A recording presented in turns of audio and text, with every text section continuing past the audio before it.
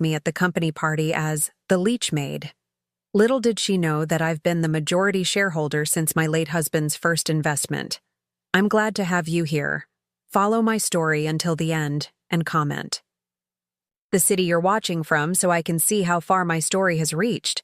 I never thought I'd hear those words from my own daughter-in-law's mouth. Not in a million years. "Oh, this is Martha, Michael's mother," Sophie said with that artificial laugh of hers. "Our little Leech." The conversation at the corporate party froze for a second. I stood there, clutching my modest handbag, wearing the navy blue dress I'd saved for special occasions. The executives from the company where my son had worked for 8 years exchanged uncomfortable glances. "She's always hanging around our house," Sophie continued, her voice dripping with contempt. "Can't seem to manage on her own since Michael's father passed away." I felt my cheeks burn with humiliation. 5 years since Robert died, and this was how they saw me: a burden, a parasite. The worst part wasn't the stranger's pitying looks. It was Michael standing there saying nothing, a weak smile frozen on his face. "I should find the ladies' room," I murmured, desperate to escape. As I walked away, Sophie's tinkling laughter followed me. "She's always been this sensitive. We practically have to babysit her these days." The bathroom was mercifully empty. I gripped the marble countertop, staring at my reflection. A woman with graying hair and tired eyes. A woman they knew nothing about. If they only knew the truth. If Sophie only knew that the company whose anniversary they were celebrating, Westbrook Technologies, belonged more to me than anyone else in that room. I was the majority shareholder. I owned 51% of the company that paid for Sophie's designer dresses and Michael's luxury car. The company Robert and I had built from nothing, working nights while raising Michael, mortgaging our tiny home for the initial investment. But I had promised Robert. On his deathbed, he had made me swear. "Don't tell Michael," he'd whispered, his voice already fading. "Let him make his own way. Let him earn his position without living in our shadow." I had kept that promise for 5 years. I'd attended board meetings quietly, through a proxy. I'd watched from a distance as the company grew, as my son climbed the corporate ladder on his own merit. I'd lived simply in my small home, never touching the millions that were rightfully mine. And I had welcomed Sophie into our family, despite her obvious disdain for my modest lifestyle. I splashed cold water on my face and straightened my shoulders. When I returned to the party, Sophie was holding court with the executive team, Michael at her side. Her red dress probably cost more than I spent on clothes in a year. But I didn't care about material things. Never had. "There she is," Sophie called out, as if we were the best of friends. "Martha, come tell everyone about your bridge club." "So, adorable how you keep busy." I smiled politely. "It keeps my mind sharp." What Sophie didn't know was that my bridge club was actually a monthly meeting with my financial advisor, reviewing the performance of Westbrook Technologies and my other investments. Later that evening, as we were leaving, I overheard Sophie whispering to Michael, "We need to talk about your mother. She can't keep coming to these events. She's embarrassing, Michael. People are going to think you come from, you know." "She's my mother, Sophie," Michael said, but his voice lacked conviction. "And she's holding you back." Jenkins was watching when she spilled her drink. "You're up for that promotion, Michael. We can't afford these mistakes." My heart broke a little as my son sighed. "I'll talk to her. Maybe it's time to consider that retirement community we looked at." They didn't see me standing there, didn't notice me slipping away to call a taxi instead of riding with them. On the drive home, watching the city lights blur through my tears, I made a decision. For 5 years, I had honored Robert's wishes. I had stayed in the shadows, letting our son find his way. But Robert never could have imagined Sophie. Never could have foreseen how she would poison Michael against me, how she would make him ashamed of his own roots. Tomorrow, I would call James Patterson, the family attorney who managed my shares. It was time to rethink my approach, not out of vengeance, but out of love, for my son, for Robert's legacy, and for my own dignity. As I paid the taxi driver and walked up the path to my modest home, the same home where we'd raised Michael, where Robert and I had dreamed of our future, I felt a strange calm settling over me. Sophie had no idea who she was dealing with. The Leech was about to show her teeth. The morning after the corporate party, I sat at my kitchen table with a cup of tea gone cold, staring at a photograph. Robert and I on the day we opened the first Westbrook Technologies office, a converted storage room with 2 desks and a dream. I was 26, Robert 30, both of us exhausted but beaming with pride. "We did it," he had whispered in my ear that day. "This is just the beginning, Martha." Who would have thought that tiny operation would grow into the multi-million-dollar company it was today? A company my own son worked for, never knowing his parents had built it from nothing. The doorbell rang, pulling me from my thoughts. James Patterson stood on my porch, his leather briefcase in hand. At 71, he was still sharp as a tack, the only person besides me who knew the full truth about my ownership of Westbrook. "You sounded upset on the phone," he said, as I led him to the living room. I poured out everything: Sophie's cruel words, Michael's silence, their plans to ship me off to a retirement community. James listened quietly, his bushy eyebrows drawing together. "It's been 5 years, Martha," he finally said. "Maybe it's time to tell Michael the truth." I shook my head. Robert wanted him to succeed on his own merits. "And he has," James pointed out. "He's earned his position. But Robert never intended for you to be disrespected this way." He opened his briefcase and pulled out a document, the quarterly report on Westbrook Technologies. "The company's thriving. Your shares are worth more than triple what they were when Robert passed. You could buy 10 mansions bigger than whatever house Sophie's showing off to her friends." I took the report, flipping through pages of figures that represented Robert's and my life's work. Nearly 28 years of sacrifice, risk, and determination. "Did I ever tell you about the beginning?" I asked softly. "Before Westbrook was even an idea?" James settled back, giving me the time I needed. "We were so young when we met," I began. Robert was working as a computer repairman. I was a receptionist at the same company.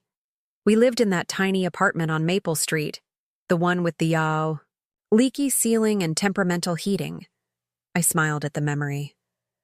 Robert would bring broken computers home, fix them in our kitchen. I'd help him with the bookkeeping, order parts. We saved every penny until we could afford to start the business. Those early years had been lean but full of purpose. Robert writing code late into the night while I managed the accounts, handled clients, made cold calls. Both of us terrified and exhilarated as we secured our first major contract. When I got pregnant with Michael, we were scared we'd lose everything, I continued. I worked right up until my water broke, was back answering phones with Michael, in a bassinet beside my desk 3 weeks later. Those memories were so vivid. Nursing Michael between client calls, Robert taking him for walks when I needed to focus, our baby growing up surrounded by the hum of computers and the vision of his parents building something meaningful. Michael saw all of that, I said, but he was too young to remember. By the time he was in high school, the business was successful enough that we could give him a more normal life. Robert wanted him to focus on being a teenager, not on the family business. When Michael went to college, we made the decision not to tell him that his tuition was being paid by the company his parents had built. We sold our home and moved into a smaller house, using the difference to make it appear that's how we were financing his education. We wanted him to find his own path, I explained to James, not feel obligated to join the family business. The irony wasn't lost on me. Michael had found his way to Westbrook anyway, hired on his own merits, working his way up without ever knowing. Then Robert got sick. Cancer. Fast and brutal. "He made me promise," I whispered, my voice breaking. "In the hospital." right before. He made me swear not to tell Michael about the shares. Said our son needed to stand on his own feet, that the company would be his legacy, but Michael's success needed to be his own. James reached over and patted my hand. Robert was a good man, Martha. But he couldn't have foreseen this situation with Sophie. After Robert's death, I'd transferred most of his shares into my name, maintaining our controlling interest in the company.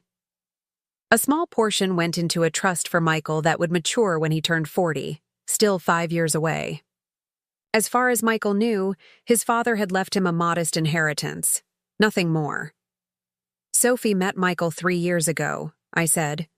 From the beginning, she made it clear she thought he could do better than his simple mother, always making little comments about my clothes, my house, suggesting I needed looking after. And Michael allows this? James asked, his tone sharpening. I sighed. He's caught in the middle. Sophie's ambitious. She sees him as her ticket to the life she wants. Life you could provide with the snap of your fingers, James pointed out. I stared down at the photograph again. Young Robert and Martha, full of dreams that had actually come true. I don't know what to do, James, I admitted. I've kept my promise. But at what cost? James closed his briefcase with a decisive click. I think it's time we reviewed your options, Martha. Legally, the company is yours to control as you see fit. As we began discussing possibilities, I felt something stirring within me. Not vengeance, but a quiet determination. Robert had wanted to protect our son from entitlement. He never intended for me to become a doormat. It was time for some changes at Westbrook Technologies.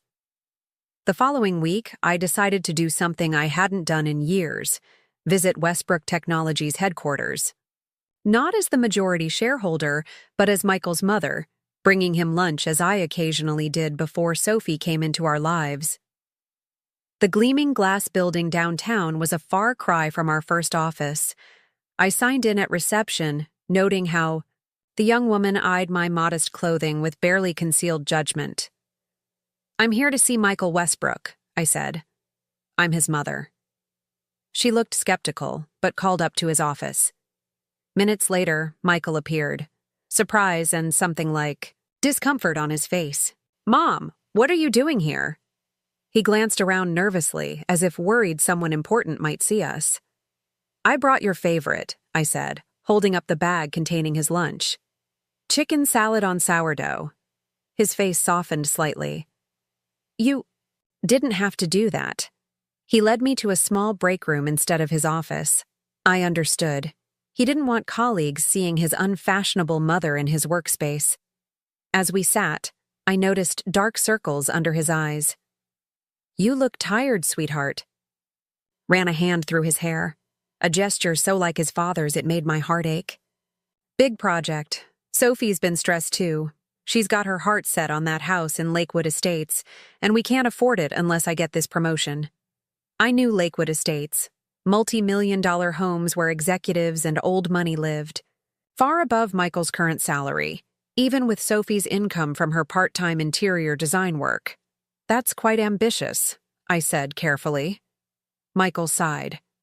Sophie says it's the right neighborhood for someone on my career track. She's already talking to designers. He smiled weakly.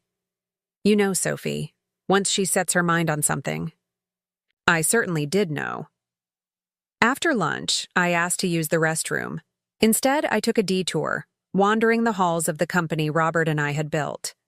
I recognized a few old-timers who nodded politely, not knowing who I really was. The executive floor was quiet, most occupants at lunch. Sophie's voice drifted from a conference room, door slightly ajar. She wasn't supposed to be here today. Curious, I paused. Trust me, David. It's a perfect arrangement. Sophie's tone was intimate in a way that made me uncomfortable. Michael gets the promotion. You get the contract, and I make sure everyone's happy. A man's voice, low, amused. And how exactly do you plan to convince the board?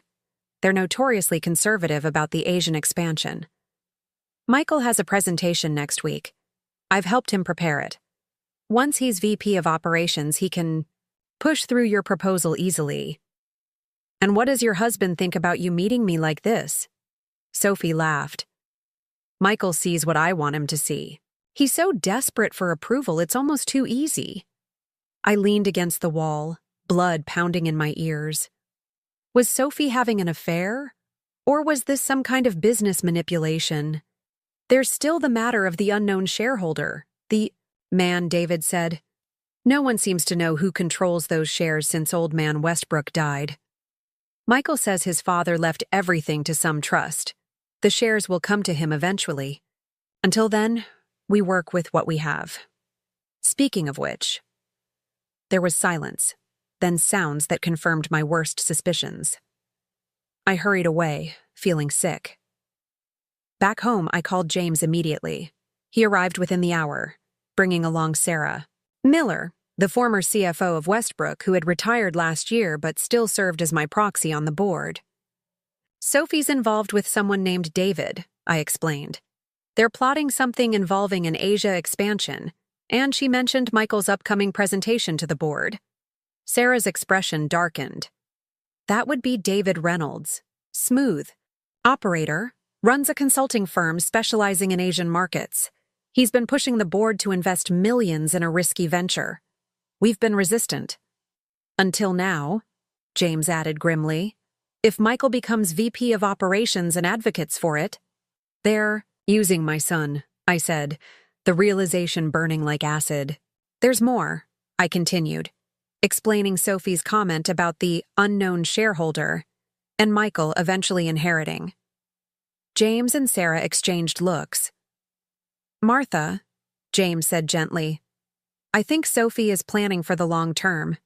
If she believes Michael will inherit controlling interest. She's positioning herself, Sarah finished, setting up influence and connections for when that happens. My hands trembled. And Michael? Where does he fit in her plans? Neither answered, but their silence spoke volumes. There's something else, I admitted. Last night I overheard a phone conversation. Sophie's been pressuring Michael to have me move to Sunset Valley Retirement Community. She says I'm becoming difficult to manage, and it would be better for everyone. James's bushy eyebrows shot up. That's a rather expensive facility. Yes, I said. And apparently Michael would need to sell my house to afford it. The house that was fully paid off. The house that, while modest, was worth considerable money in today's market. This is getting concerning, Martha, Sarah said. Sophie appears to be manipulating both Michael's career and your living situation. I stood and walked to the window, looking out at the garden Robert and I had planted together.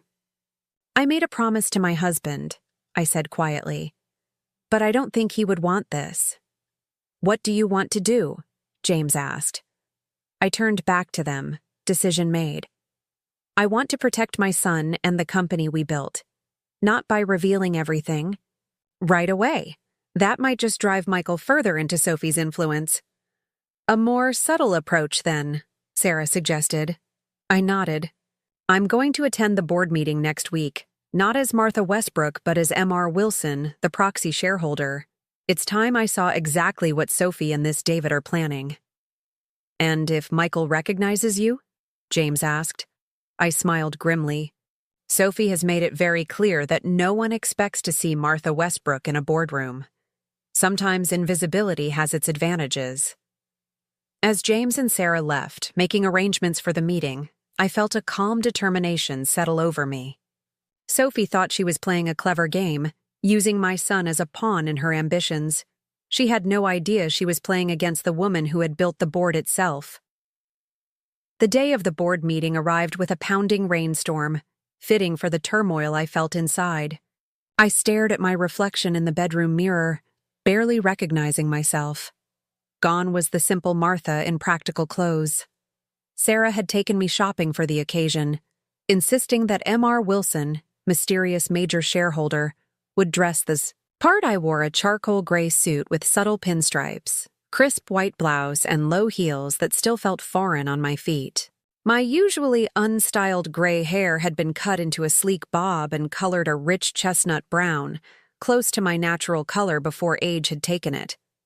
Sarah's stylist had shown me how to apply makeup that enhanced my features without being obvious.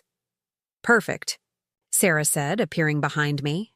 "You look like exactly what you are, a powerful businesswoman who owns 51% of a successful tech company." I touched the delicate gold watch that had been Robert's gift on our 25th anniversary. Robert would hardly recognize me. Sarah squeezed my shoulder.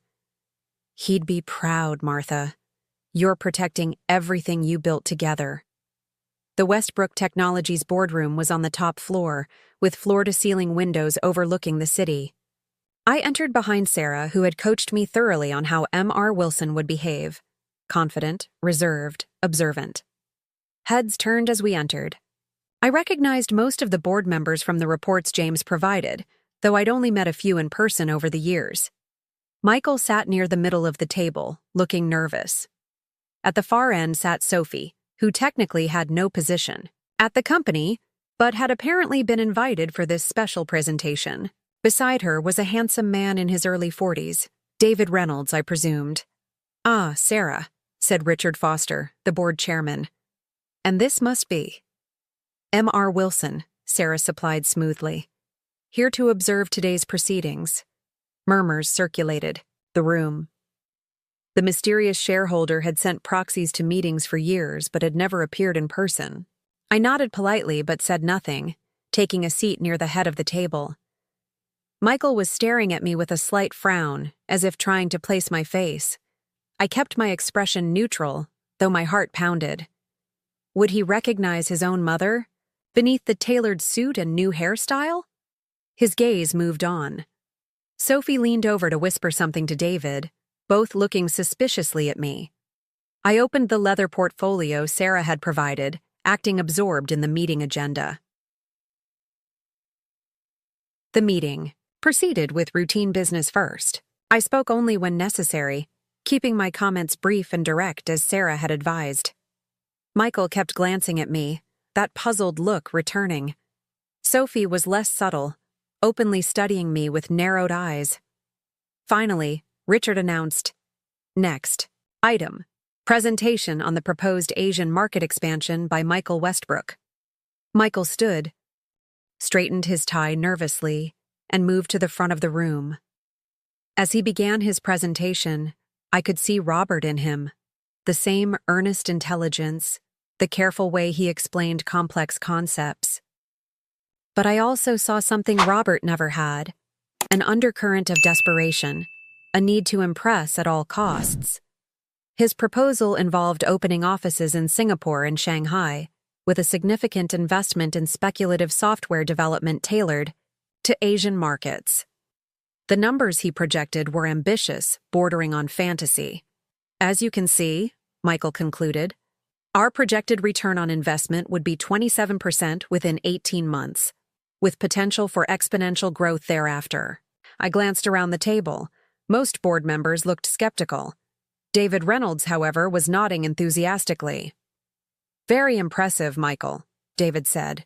"If I may add, my consultancy has extensive connections in both markets. We could facilitate immediate entry points, significantly reducing typical startup costs." Sophie beamed at Michael with manufactured pride. I felt ill watching her performance. Richard looked unconvinced. "The investment required is substantial, and these projections seem conservative, actually," David interjected smoothly. "My team has compiled extensive market research." I'd heard enough. I cleared my throat softly, and the room fell silent. All eyes turned to me. "Mr. Westbrook," I said, addressing my own son, "formally, your enthusiasm is commendable. However, I see several flaws in your proposal." I proceeded to ask pointed questions about his market analysis, risk assessment, and contingency planning. With each question, Michael's confidence visibly deflated. Sophie's expression turned from confusion to anger. "Who exactly are you to question this proposal?" she finally interrupted. "Michael has worked extremely hard on this presentation." "Sophie," Michael muttered, embarrassed by her outburst. "No, Michael," she snapped. Some mysterious shareholder who never bothers to show up suddenly appears and starts undermining you? That's not right. I met her gaze steadily. Mrs. Westbrook, I'm simply doing due diligence as a major investor in this company. Your husband's proposal risks millions of dollars on projections that appear to have been influenced by outside interests. I glanced meaningfully at David. David shifted uncomfortably. Richard and other board members were watching the exchange with growing interest. I move that we table this proposal pending further review, I said calmly. And I suggest we investigate Mr. Reynolds' relationship with Westbrook Technologies more thoroughly before proceeding with any partnership. The vote was quick and decisive. Michael's proposal was tabled. As the meeting adjourned, Sophie stormed out, David following close behind. Michael lingered, looking defeated. I approached him, conflicted. Part of me wanted to comfort him as his mother. Instead, I spoke as M.R. Wilson. Mr. Westbrook, your basic concept has merit. The execution needs work. I'd be willing to discuss improvements if you're interested. He looked up, surprised. Thank you, Ms. Wilson. I'd appreciate that. As I turned to leave, he added, Have we met before? You seem familiar. My heart skipped. Perhaps in passing. I knew your father. His eyes widened slightly, but before he could respond, Sarah appeared at my elbow, easing me toward the door. In the elevator, I finally exhaled. That was harder than I expected. You did well, Sarah assured me. The board was impressed. And you've bought time to address the real problem. Sophie, I said. And this David person, they're using my son. What will you do now? Sarah asked as we reached the lobby. I stared at my unfamiliar reflection in the mirrored elevator doors. The decision I'd been wrestling with for days crystallized in that moment. It's time to tell Michael the truth, I said quietly. Not everything. At once. That might push him away. But enough so he understands what's really happening. Sarah nodded. When? I'll invite him to dinner tomorrow. Alone. As we stepped outside into the rain, I felt both terrified and resolute. 5 years of honoring Robert's wishes, of staying silent while Sophie gradually isolated my son from me. Tomorrow would change everything. What I didn't know then was that Sophie had already set a different plan in motion, one that would force my hand sooner than I expected. I barely slept that night, rehearsing what I would say to Michael when he came for dinner. By morning, dark clouds had gathered both outside my window and inside my mind. I was making coffee when my phone rang. James. Martha, we have a situation, he said without preamble. Sophie's made a move. She's convinced Michael to call an emergency board meeting for tomorrow morning. My hand froze on the coffee pot. What? On what grounds? They're proposing a restructuring of the executive team. If it passes, several board members loyal to you would be removed. His voice tightened. And there's more. She's somehow gotten wind that M.R. Wilson is connected to you. How is that possible? I asked, my mind racing. I don't know, but Michael called Sarah this morning, asking direct questions about your involvement. He sounded agitated. I set the coffee pot down with a shaking hand. I was going to tell him everything tonight. You may not have that luxury, James cautioned. Martha, if Sophie has convinced Michael you've been deceiving him all these years. The doorbell rang, interrupting him. Someone's here. I'll call you back. Through the peephole, I saw Michael standing on my porch, his expression stormy. I took a deep breath and opened the door. Michael, I wasn't expecting you until... Were you ever going to tell me? He demanded, pushing past me into the hallway. Or was the plan to keep lying to me forever? I closed the door, my heart pounding. Michael, please, let me explain. Explain? What? That you're actually M.R. Wilson? That you've owned the company all this time? That my entire career has been? He raked his hands through his hair, a gesture so like his father's. What, Mother? A joke? Some kind of test? No, I said. firmly. Never that. Please, sit down. Let me tell you everything. Reluctantly, he followed me to the living room but remained standing, arms crossed. How did you find out? I asked gently. Sophie, he said. She hired a private investigator after the board meeting.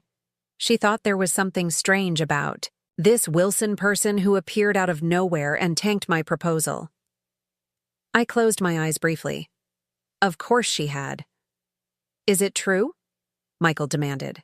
Do you control Westbrook Technologies? I looked my son in the eyes. Yes.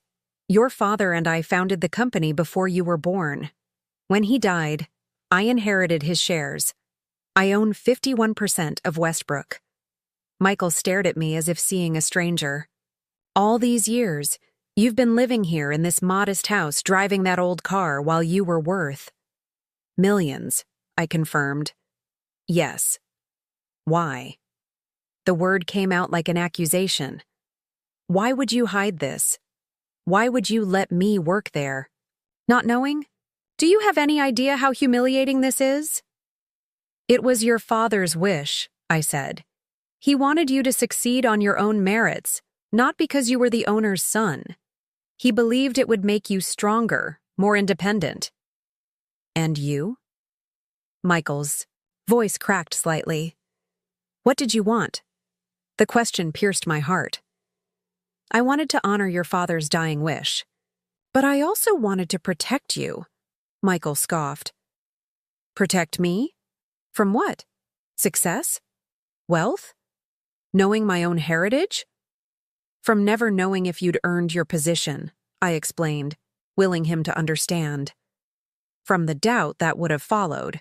You if everyone knew you were the boss's son. He was silent for a long moment, processing. And the board meeting yesterday? What was that about? I chose my words carefully. I had concerns about the proposal. The projections seemed unrealistic, and I was worried about the involvement of David Reynolds. His eyes narrowed. What about David? This was the delicate part. How much to reveal about Sophie without pushing Michael further away. I have reason to believe his involvement may not be in the best interests of the company. Sophie says he's brilliant. Michael's defensive tone told me everything about his state of mind. She says the board is too conservative, afraid of innovation. Michael, I said gently, have you looked into David's background? His track record with other companies? Uncertainty flickered across his face. Sophie did the research. I think you should do your own, I suggested, before tomorrow's board meeting. His jaw tightened. You know about that too. Yes, I admitted. And I need you to understand something important, Michael. The restructuring Sophie is proposing would remove the very people who helped your father build this company, people who have protected its integrity for decades. Sophie says they're blocking progress, he countered, but with less conviction. I moved to my desk and pulled out a folder, the one James had prepared months ago when we first noticed David Reynolds circling the company. This contains information about Reynolds' previous ventures. 3 companies that invested in his Asian expansion plans. All 3 suffered significant losses. One filed for bankruptcy. Michael hesitated, then took the folder. Why should I believe anything you say now? You've been lying to me for years. The accusations stung, but I understood his pain. I haven't been completely honest about my role at Westbrook, that's true, but I have never lied about loving you or wanting what's best for you. He looked away, blinking rapidly. Michael, I said, softly, think about how quickly Sophie found this information about me. Less than 24 hours after the meeting. She must have already been investigating. Already suspicious. She was protecting me, he insisted, but doubt had crept into his voice. Was she? I asked. Or was she protecting her own interests? He stood abruptly. I need time to think, to process all this. Of course, I said, rising. 2. But Michael, please, before tomorrow's meeting, look at that folder and ask yourself why Sophie is pushing so hard for this restructuring. At the door, he paused. All those board meetings over the years. You were there, weren't you? As M.R. Wilson's proxy, I nodded. I wanted to stay connected to what your father and I built, and to you. Something shifted in his expression. Not forgiveness, not yet, but a crack in his anger. The board meeting. Is at 9 tomorrow, he said. I suppose you'll be there. I will, I confirmed. As myself this time. No more proxies. After he left, I called James and Sarah, updating them on the confrontation. We spent hours strategizing, calling loyal board members, preparing for every possible scenario Sophie might unleash. By evening, I was exhausted but resolved. Tomorrow would decide everything, not just the future of Westbrook Technologies, but my relationship with my son. As I prepared for bed, my phone chimed with a text message from an unknown number. It contained a single photo, Michael and Sophie having dinner with David Reynolds, all three looking grim and determined. Beneath the photo was a message. They're planning something bigger than a restructuring. Be prepared. I stared at the screen, wondering who my mysterious ally was. Then I recognized the restaurant in the background, and the waitress partially visible at the edge of the frame. It was Diane, Robert's niece, who had waited tables at that restaurant for years. She had recognized Michael, Sophie, and clearly found their conversation concerning enough to warn me. I sent back a simple thank you and set my phone aside, a plan forming in my mind. If Sophie wanted to play hardball, she'd find I was more than capable of stepping up to the plate. Tomorrow, Martha Westbrook would finally take her rightful place at the head of the table. The Westbrook Technologies boardroom fell silent as I walked in. No disguise today, just Martha Westbrook in a simple but elegant navy suit, my silver hair neatly styled, Robert's watch on my wrist. Board members who had known me for years, but only as Michael's mother or as Sarah's mysterious client, stared in confusion. Sophie, seated beside Michael near the head of the table, looked like she'd been slapped. David Reynolds, on Michael's other side, leaned over to whisper something in his ear. What is she doing here? Sophie hissed loudly enough for everyone to hear. This is a closed board meeting. Richard Foster, the chairman, looked equally confused. Mrs. Westbrook, I'm afraid. It's quite all right, Richard, I said calmly, placing my leather portfolio on the table. I believe you'll find I have every right to be here. James Patterson entered behind me, carrying his briefcase. Mrs. Westbrook is here in her capacity as majority shareholder of Westbrook Technologies, he announced. She holds 51% of the company shares. A collective gasp rippled through the room. All eyes turned to Michael, who sat rigid, his expression unreadable. This is ridiculous, Sophie sputtered. Michael's father owned the company. The shares are in a trust until Michael turns 40, I finished for her. Yes, a small portion are. But the controlling interest passed to me upon Robert's death. Richard looked bewildered. But Miss Miller has been voting those shares for years as my proxy, I confirmed, and as M.R. Wilson when necessary. Another shockwave visibly passed through the room. David Reynolds's smooth composure finally cracked. Mrs. Westbrook has documentation confirming all of this, James added, pulling papers from his briefcase, which I'll happily provide to each board member. But perhaps we should address the purpose of today's emergency meeting first. I took a seat directly across from Michael, our eyes meeting briefly before he looked away. The hurt was still there, but something else too. Uncertainty.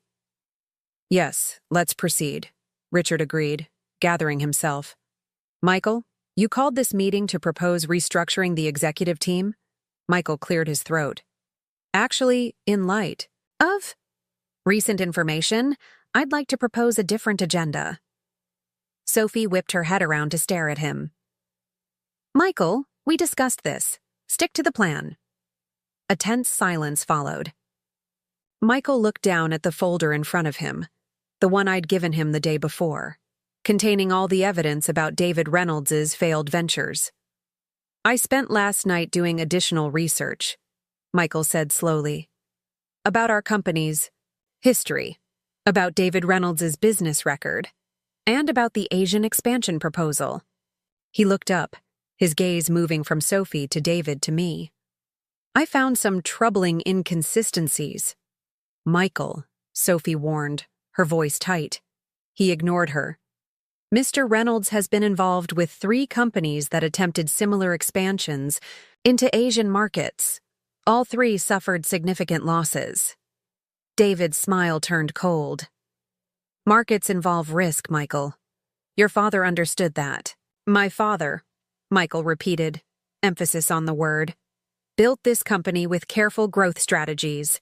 He never gambled with his employees' livelihoods. I felt a surge of pride hearing Michael defend Robert's principles. Furthermore, Michael continued, I discovered that the projections in my proposal were based on manipulated data. He turned to Sophie. Data you helped prepare. Sophie's face flushed. You're being ridiculous. I was helping you. Were you? Michael challenged.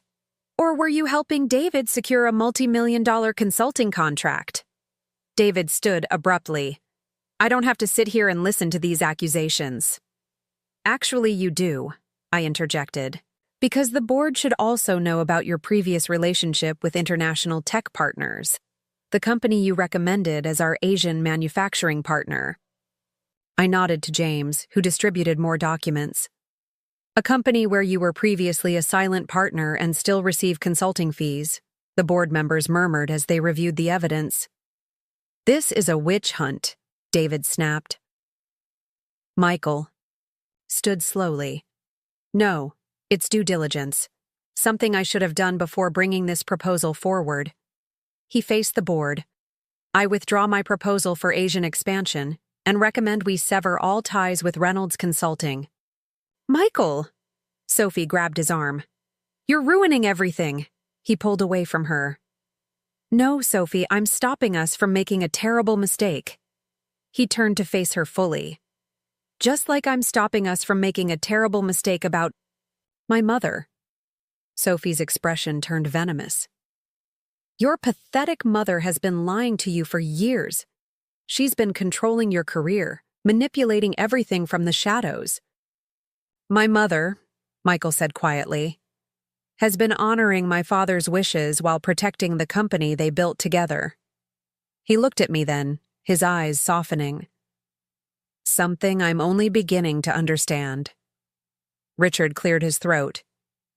In light of these revelations, I believe we should adjourn to consider next steps. As the board members filed out, Sophie remained seated, her face a mask of fury. You've ruined everything, she hissed at me. We had it all planned, the promotion, the house, everything. You had it planned, Michael corrected her, using me as your stepping stone. Don't be naive, Michael, she snapped. Everyone uses, everyone. Your precious mother used you too, keeping you in the dark while she controlled everything.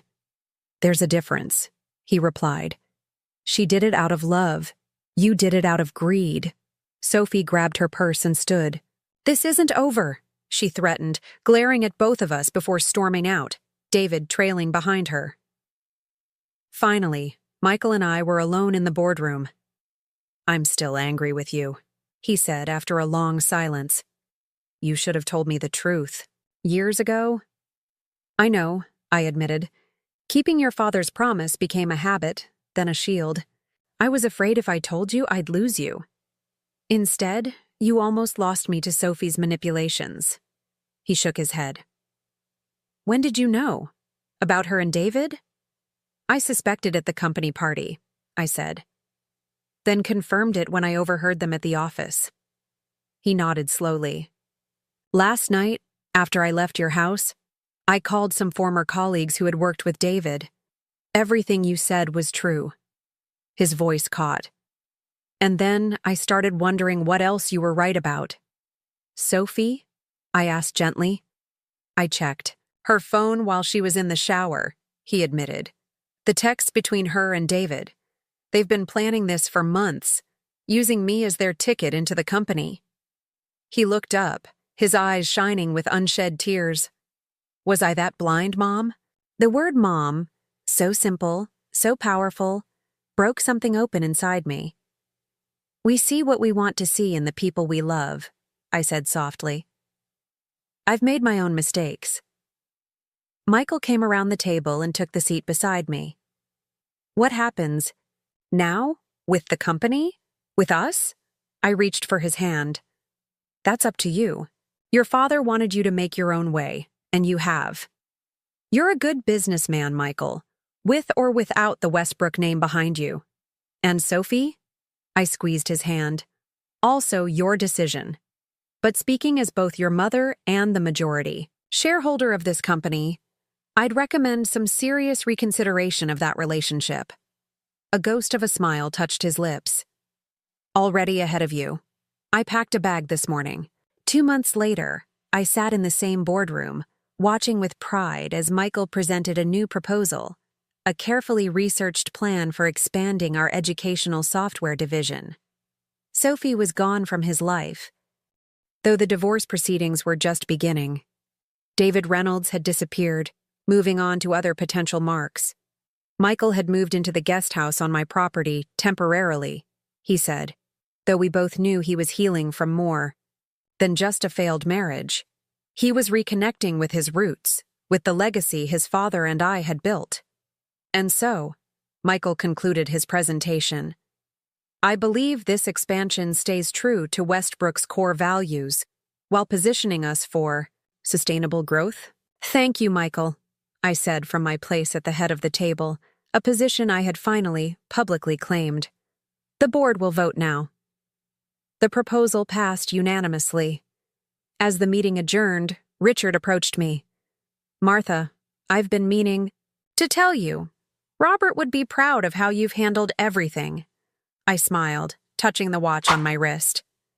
I think he would be prouder of Michael for finding his own way, just as Robert wanted. Later that evening, Michael and I sat on the back porch of my home, our home, watching the sunset, much as Robert and I had done for so many years. Mom, he said thoughtfully, I've been thinking about the company name. Oh? I took a sip of my tea. Everyone associates Westbrook with Dad, but you were always there too. Maybe it's time for a small change. Nothing dramatic, just acknowledging the full story. What did you have in mind? I asked. Westbrook and Wilson Technologies, he suggested, honoring both legacies. I felt tears prick my eyes. Your father would like that. And the mysterious M.R. Wilson? Michael asked with a small smile. Will she make any more appearances? I laughed softly. I don't think so. Martha Westbrook is finally ready to step into the light. As the last rays of sun gilded the garden Robert and I had planted, I felt a sense of peace settle over me. Sophie had called me a leech, never knowing that I was actually the foundation of everything she coveted. Now the truth was out, and with it came not the revenge I might have sought, but something far more valuable: redemption, reconnection, and the chance to finally honor both Robert's legacy and my own. Sometimes, I reflected, the greatest power comes not from hiding in the shadows, but from finally stepping forward to claim your rightful place in the sun.